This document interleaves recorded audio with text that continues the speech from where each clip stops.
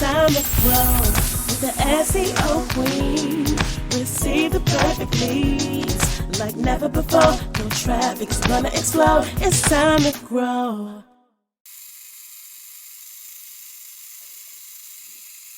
Welcome to the Jazz and Tech Lounge with Lady Z, a podcast about the secrets of success in technology, music, and business. On Bashani Radio, iHeartRadio, and iTunes. Bashani Radio, always talking about everything from New York City. You can listen to the Jazz and Tech Lounge with Lady Z on any mobile phone or tablet device. The Jazz and Tech Lounge with Lady Z, where we explore tech and enjoy the music while learning the secrets to success in music and technology. Please follow us online at www.ladyzhe.com and on all social networks at Lady Z. Please pull out your phones and follow me on Instagram at LADYZHE. So my guest today is what I like to call a music industry insider.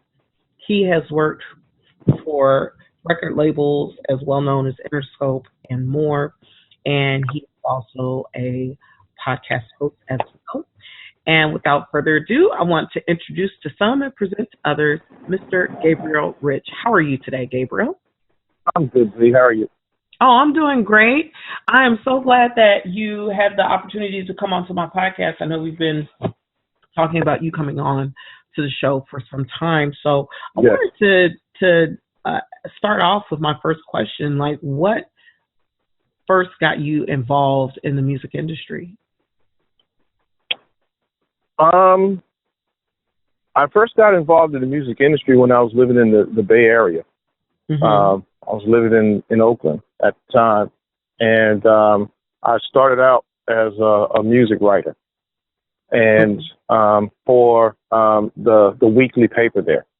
Okay. And in doing so, I started covering a lot of the live concerts particularly for so-called quote-unquote urban acts that would come to town.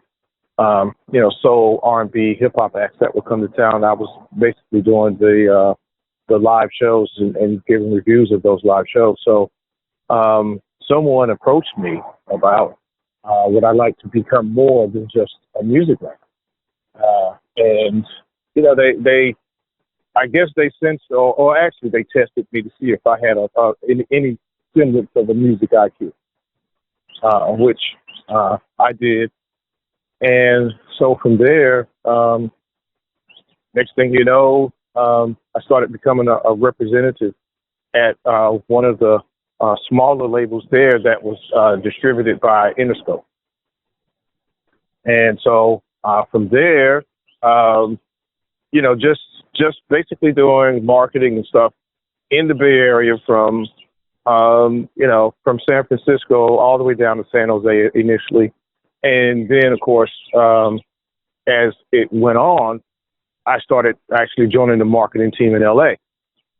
And that's really what got me in the industry, so to speak.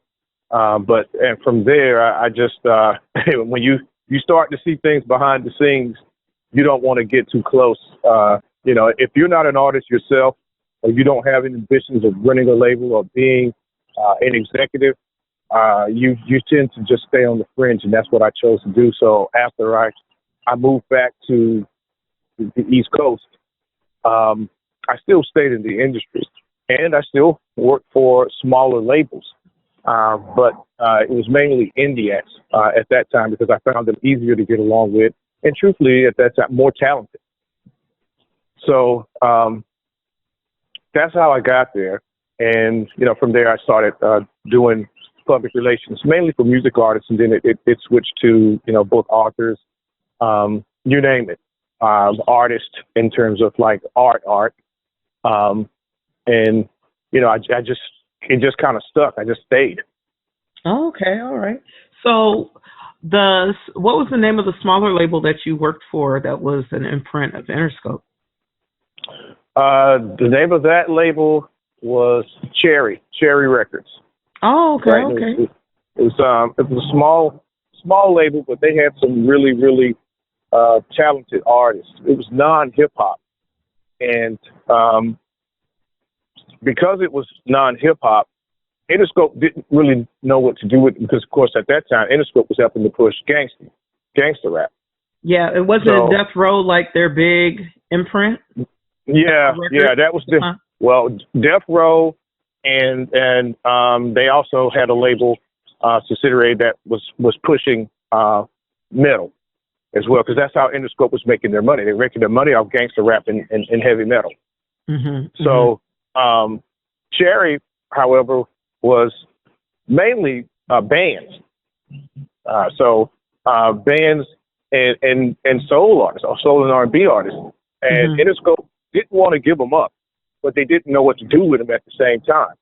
So that's when they asked me if I wanted to join their marketing team.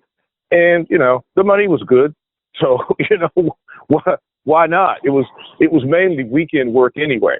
And, you're getting paid for a week's work, just working 2 days a week. So, yeah, sure. And from there, it just progressed on to, the larger labels, even like Death Row. When Death Row would come to Oakland, which was always a problem because, of course, a lot of the guys from Death Row were gang members. Right. And Oakland is at that time, Oakland was very much non-Crip and Blood territory. You couldn't, just outwardly be a Crip and a Blood coming into Oakland to perform. So you could get seriously hurt by that. So I would have to take care of like your Death Row people who were coming in to perform in Oakland, stuff like that.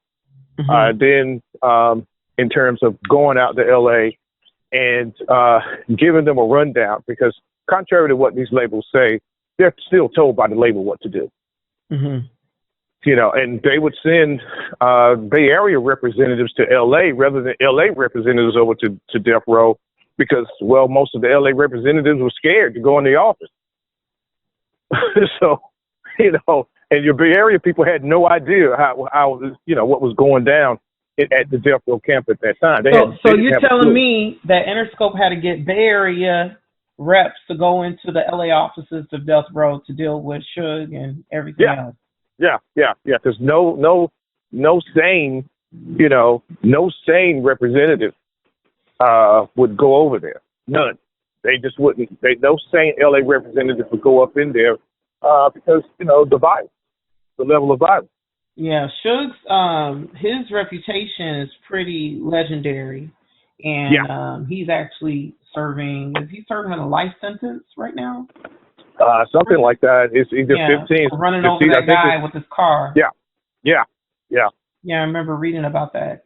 So, I mean, for you to, you get this marketing position for Cherry Records and you start working on some other projects and you go to LA, what are some of the artists that you had the pleasure of promoting and marketing? When I was in LA or just in general? Just in general, when you're working with Interscope and also when you were in LA. It was through Cherry Records that I came across a young cat from the Bay Area named Xavier, who was signed to Interscope signed him on as their artist. Again, didn't know what to do with him because he was different. He was kind of like a prince of the younger generation's prince. He was a self-contained unit. He wrote and produced all of his music, could play pretty much every instrument. And they just didn't have a clue as to what to do with him. So he's the first person that I actually met and got to work with because I understood what he was doing. I understood very well what he's doing. As a matter of fact, if he was to say on a label like Atlantic, he wouldn't have had any issues. But this is like 1993, 94, 95, and he's only about 22 years old at the time, 21, 22 years old. So they didn't really know what to do with him. And then, of course, we kind of, lost contact after a while, and he got into a really bad car accident, and Interscope dropped it. Because he nearly died from the car accident. He went to a coma, and all of that. So he was the first artist. Of course, now he's known as the Fantastic Negrito, and he's a two-time Grammy Award winner in Best Contemporary Blues. The last 2 years, he's won that award.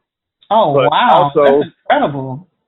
Yeah. Yeah, yeah. He had so many incarnations. When I first hooked back up with him, he had a band called Chocolate Butterfly, which he put out like in early 2K, and that album, even as an indie album, he sold like about maybe 20,000 copies Oh wow! as an indie artist. And so oh wow! Xavier was kind of like the blueprint for all other indie artists that you didn't need distribution, that you didn't need, because when they gave him a big advance, he got into an accident, and of course, when he woke up out of his coma, and he's over $500,000 in debt to Interscope. Wow! So wow. he went the indie route, and ultimately he won. But I've also worked with other what you would call indie artists. Yazra being one of them. She was here for a label called Keo Music here in Raleigh, North Carolina, and she was formerly Erykah Badu's background singer. And quite a few others that if you were on the indie scene and still are, because a lot of them still make music, you would know who they are, because all of them came from larger acts and decided to do their own thing. Okay. Wow, that's incredible. So besides, just being more talented and probably more grounded, like what drew you to continue working with indie artists? Just that. Indie artists were not necessarily a part of the machine, and at that time, as you know, music was changing. It was changing to lesser talented acts being touted as these geniuses, which they were anything but. Meanwhile, you had the indie artists who, a lot of them, again, they were self-contained units. They were musically trained, understood music theory, understood, jazz, even classically trained. And the problem was that they just weren't getting enough attention because they didn't know how to get that type of attention, And at that time, a lot of these artists were still aspiring to join music labels. This is around about 04, 05. And I was telling them as far back as then, the A&R departments at major labels are a thing of the past. They don't develop, talent anymore. They look for what they feel is finished products for someone who looks the part of an artist, and they go from there. Plus, those artists are easy to compromise themselves because they just want to live the life of a music star. Right, so right. They don't really have any type of artistic integrity.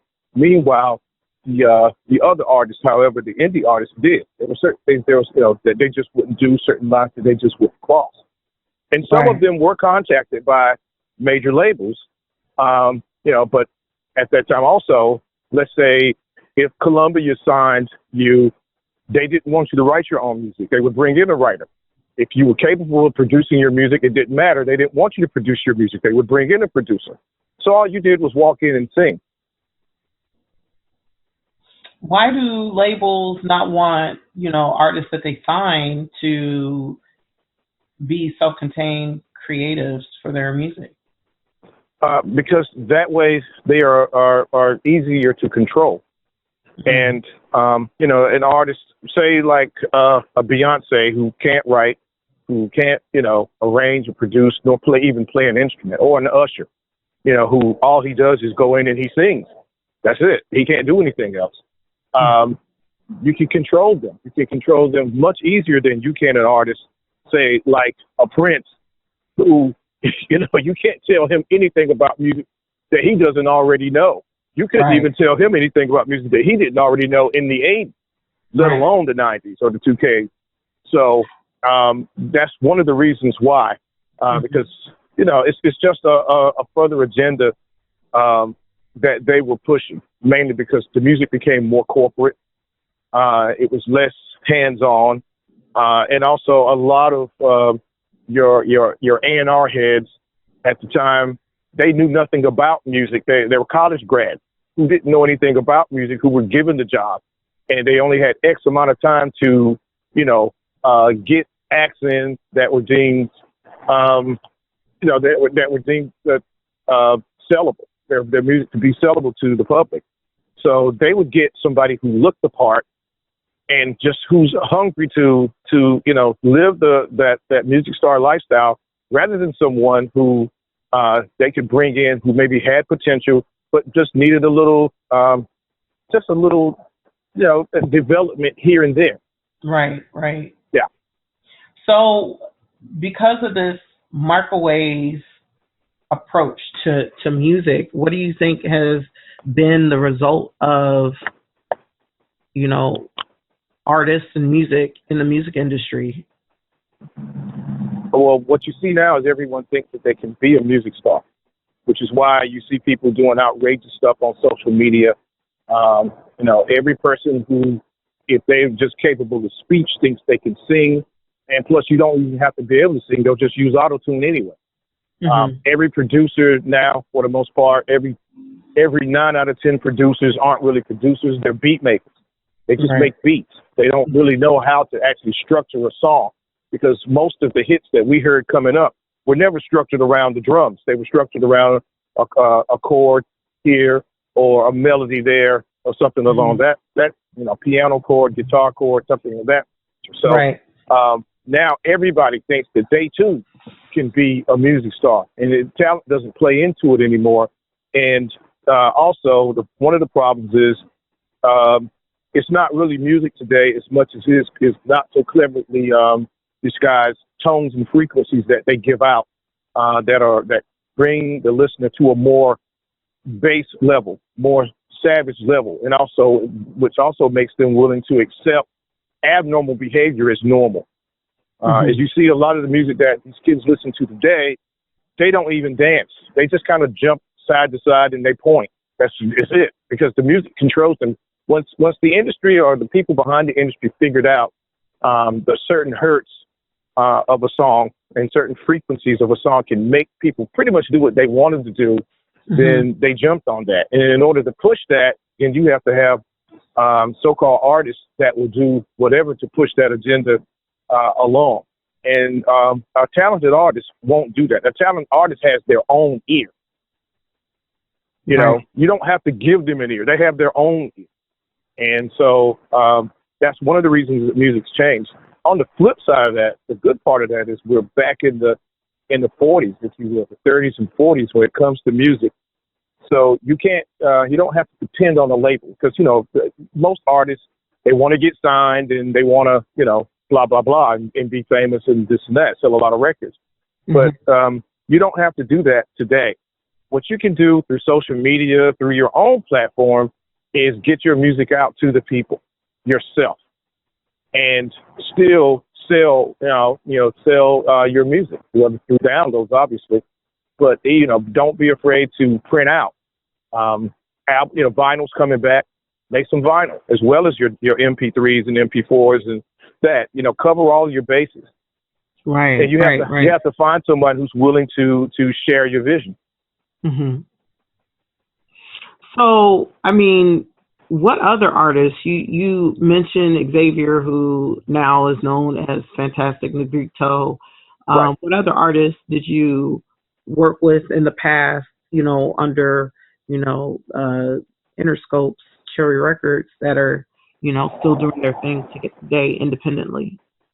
Well, I'm not sure if he's around anymore, but Shorty B was part of Cherry Records at the time. He was a guitarist, a bassist and guitarist. He actually played when Too Short started making live music on his album. Shorty B was the guy who was producing it, and he was behind the scene on a lot of other artists as well in the Bay Area, producing their stuff. Not always live music though. Of course, obviously, if he can play music, then he can obviously sample music as well. But the Loonies, guys like that, he was behind a lot of those guys. He's one of them. Also, Michael Cooper of Confunction. He had it's either it wasn't his son, it was his nephew. And he was a pretty good producer as well, who was producing a lot of acts during that time. I think he even had his hand on Lettucey at the time, as a producer. Indie producer. He turned down opportunities to be a producer or join the producing team of labels. Those were like the mainstays. In terms of just indie artists in general, oh wow. There was Laura Jane Jones, who was produced by Xavier, as well as Tracy Amos. I already mentioned Yazra. There's a sister out of New York, Shirley Nicole's Blackbush, who's a rock fan. She's a sister with a rock fan. Wow, Brother Jacques, Jacques Schwartzbach is his name, who was a French brother from Martinique, actually, who's a jazz saxophonist who was D'Angelo's saxophone. Oh wow! Yeah. So most of the artists that I worked with larger artists and before breaking off and doing their own thing. Jazz, Marion Meadows, who's a noted jazz artist. Yes, I've heard of Marion Meadows. Yeah, I worked with Marion for quite a few years actually. Now this is the Jazz and Tech Lounge, so we're gonna have to stop you right there. What was it like working with Marion Meadows? Marion is really, really talented as jazz go, and actually his records don't do him justice because when he plays live, it blows anything he records away. Right, because he's considered smooth jazz. Of course, smooth jazz is now the format that jazz artists have to take in order to get radio airplay. But he's not smooth. He's jazz, but he's not smooth. Not in that sense. I mean, I'm not saying that he's Miles. Would you think he's more bebop or he's more cool jazz or more fusion? He's more fusion jazz live. Yeah, he's more Grover Washington. He's more Grover Washington live. Gotcha. Yeah. Grover, yeah, definitely. Yeah. So and Brother Jacques was also jazz, and he was also very much fusion. And it was good stuff. It was really good stuff. Kind of brings you to the mind of wow. Kind of brings you to the mind of something that Charlie Parker was saying. In the fifth, with a updated twist, if you will, because he was very well studied. Right. So, around what time period did you work with Marion Meadows? I worked with Marion from 2006 to 2008, and then off and on. From there, whenever he called and he needed me to get some stuff out to people. Marion needed someone like that because on the business side, he didn't really. He's an artist. The business side didn't really interest him. Which is the case with a lot of artists, which is why you need a team. Right. Definitely. I agree with that. You definitely need a great team. So, speaking of needing a great team, like what would you recommend to indie artists who are looking to build a team to push their music to a wider audience? I would say to them that just because you completed an album or an EP or even a single, your work doesn't stop. It actually begins because now you got to get that music out to people. And if you don't know how to do it, if you're not a self-promoter, X he's an anomaly because he is a self-promoter. I was just icing on the cake for X. Right. But for most artists, not so much the case. And if that's the case, then you need to find someone who, not only knows what they're doing, but understands you as an artist, because it helps if they understand you. It helps that they understand your vision and what you're trying to relay to the public in terms of your music. That helps a whole lot. Find people that can understand you, understand your mission and what you're trying to do.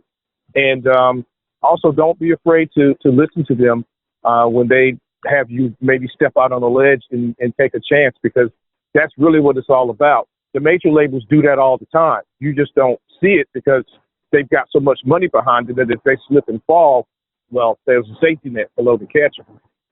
But they take chances like that all the time. And historically speaking, they take chances like that. Motown did it with Marvin Gaye with What's Going On. They didn't want to put that album out.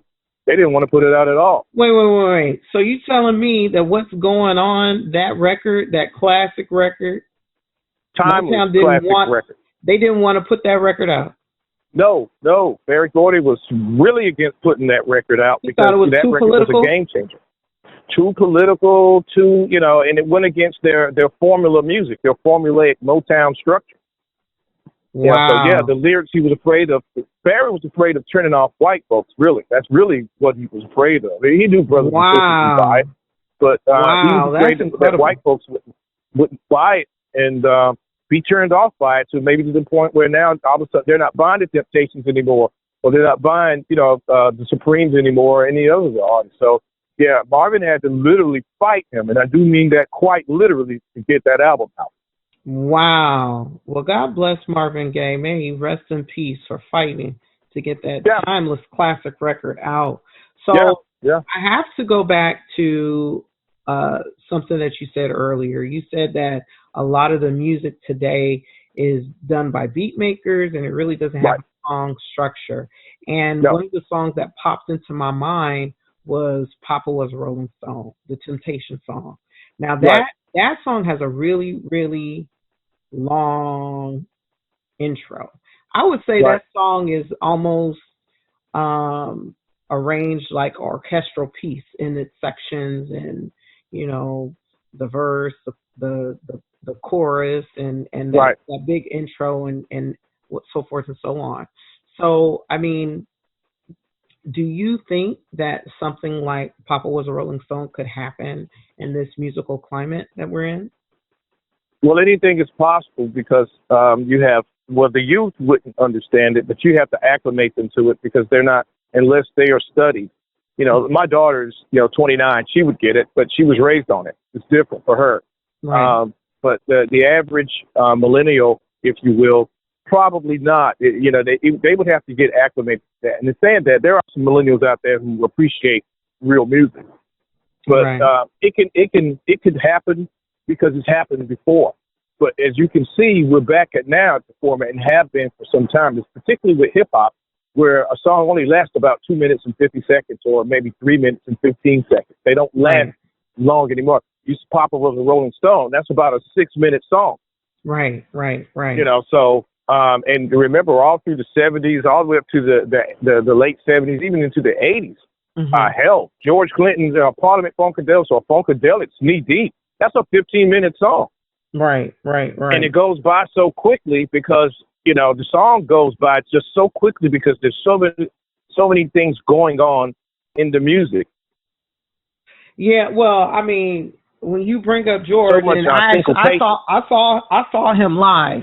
Because he was doing a farewell tour last year. And I saw him live, and let me tell you. So did I. Even at his age, he could put on a show. That is some creativity right there. That is. Yeah. And George is a pacemaker, and he can do better than a lot of the kids. Right. And he reminds me a lot of Miles. Miles Davis, his work was phenomenal, even, towards the end of his life. So. Yeah, even James was sick at near the end of it, but he'd still go out there and give you 2 hours of just a hard sweat. Right. Even at his age. So and that's the difference. Also, that other side of it. A lot of the artists today don't really know how to give a show.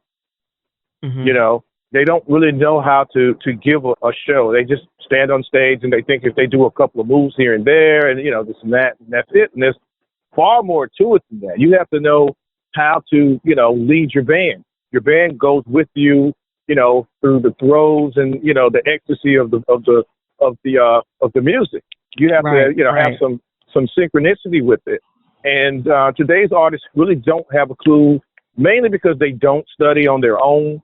A lot of them, and they just think they're just doing the damn thing. And for them, and for maybe their generation and people who like them, they are. But we're a long way from artists that could get out there and just kill you on stage. To where the crowd's just when you leave that show, you're just super satisfied. I saw Stevie Wonder and he did his what was it? Life? Songs in the Key of Life tour in 2014. Yep, I saw that And tour too many years yeah, ago. yeah, He dusts that off every so often. He goes out. yeah. And does that He dusts it everywhere. off every so often and goes out there. And Stevie's what at that time he was easily in his 60s, but he's still out there just giving it to you. Man, I mean, the sound, the quality of the sound is just incredible. Right. I think, besides just the talent, it's, really understanding how your sound is presented on stage is definitely something that is very important, and independent artists should definitely pay attention to when they're, gearing up to perform. So I know we've probably went past our 30-minute time, and on the Jazz and Tech Lounge, I like to keep my interviews short but sweet. But I wanted to ask you one final question. Okay. What do you think what are 3 things independent artists can do to boost their visibility for their music in this marketplace? Understand the power of visualization. All right. Make sure that when you get your photos done, your artist photos, make sure that you portray what you're actually trying to convey, because image is everything, particularly for music artists. Prince is a perfect example of that, as are others. But let's just use Prince as an example, because he gave you the image that he was trying to portray early on, even cross-dressing, which nobody cared about back then because his music was so good. But make sure that you understand visualization and image. Also, don't be afraid to be innovative. Additionally with that, make something that basically you can capture people and hook people within the first 10 seconds or 15 seconds of hearing that song. Don't be afraid to go, on a different path than most everything out here, because we're in a copycatter's world today. Most all the music sounds alike because, again, it's about tones and frequencies. It's not about the energy, the spiritual side of it, the syncopation, otherwise known as the boogie. Michael Jackson spent one album telling you about the boogie and his music, and that was Off the Wall. We Can Ride the Boogie. That was because it was all about syncopation for Mike. It was all about syncopation for most artists during that time. So bring back syncopation to your music. You just don't have to rely on beats and stuff. Bring back, live keyboards. Bring back a guitar riff. Bring back the stuff, because you're going to need it in the future. Right. Well, Gabriel, how can people connect with you online? How can they check out your podcast and what you're doing? You can check me out on Blog Talk. It's Blog Talk, The Rich Report, which is the name of my show. You can check me out there, and of course Facebook.com/Gabriel Rich 1. I'm also there, and I'm also on Instagram, Gabriel Rich 9, the number 9. So I'm around, but Blog Talk is probably the best way, so you can catch my shows. Oh, that's awesome. Well, it definitely has been my pleasure having you here on the Jazz and Tech Lounge with Lady Z, hearing all the juicy details about your time working with Interscope Records. Again, thank you so much, Gabriel, and until next time.